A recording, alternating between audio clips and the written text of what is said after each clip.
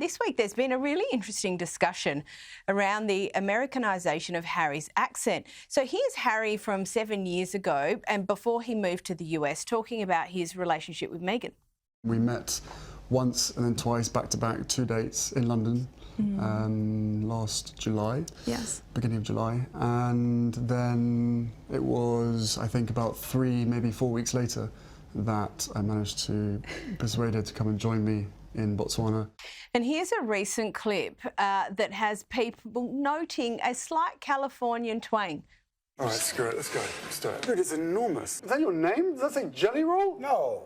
You put your name on my neck? Are you serious? Esther, what are your thoughts?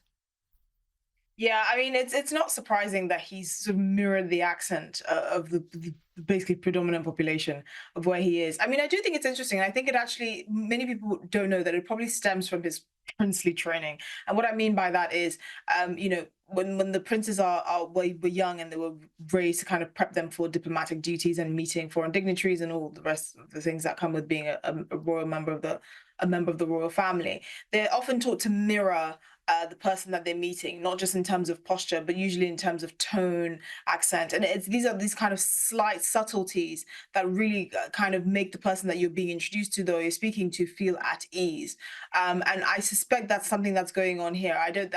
He moved to Montecito when he was almost 40, so he has a very solidified British accent, but I think it's something that's innate in him, and it's something that he does to try and make the other person feel comfortable. I know he started using the word dude, which is different, and you know, you can just see a slight lax in the way that he speaks. He doesn't speak with the kind of clipped accent that we're usually used to, and of course I'm sure the influence of his children as well is quite prominent there, but I actually do think that this stems from his original training as someone who is effectively born and bred to meet dignitaries and to be a professional diplomat, to try and mirror the person that he's meeting, to try and put them at ease. And I think that's what we're seeing here. Now, we've spoken many times about Harry's dispute with the Home Office. The suggestion's been made that he could cite Taylor Swift's police escort in that case. Does that help him at all, do you think?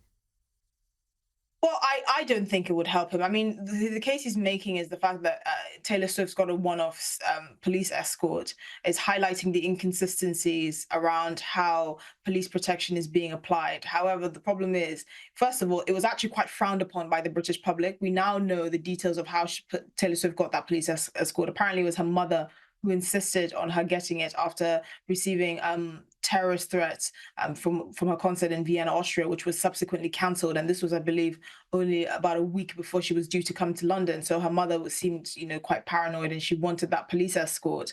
And we also know that it was actually the influence of the government, so the cabinet, and Keir Starmer and the Home Secretary, Yvette Cooper, that really kind of pressured the Metropolitan Police to provide this. And I'm sure, you know, they were paid handsomely for this. They didn't do it for free, but it was mainly outside influences, and it was certainly not a common thing. And this is not something that I think Prince Harry can successfully argue, because with all due respect, he's not a pop star facing terrorist threats in Austria. He is a man who left the royal family knowing that this would likely compromise his security. And he hasn't lost his police protection, which, you know, we need to clarify. He gets it on a case-by-case bespoke basis. He somehow thinks that the Metropolitan Police should be on standby for when him and his family feel the urge to come to the UK, and that's just not how it works. No, that's absolutely not how it works. But anyway, Harry seems to think that it is. Esther Krakue, thank you so much for joining us.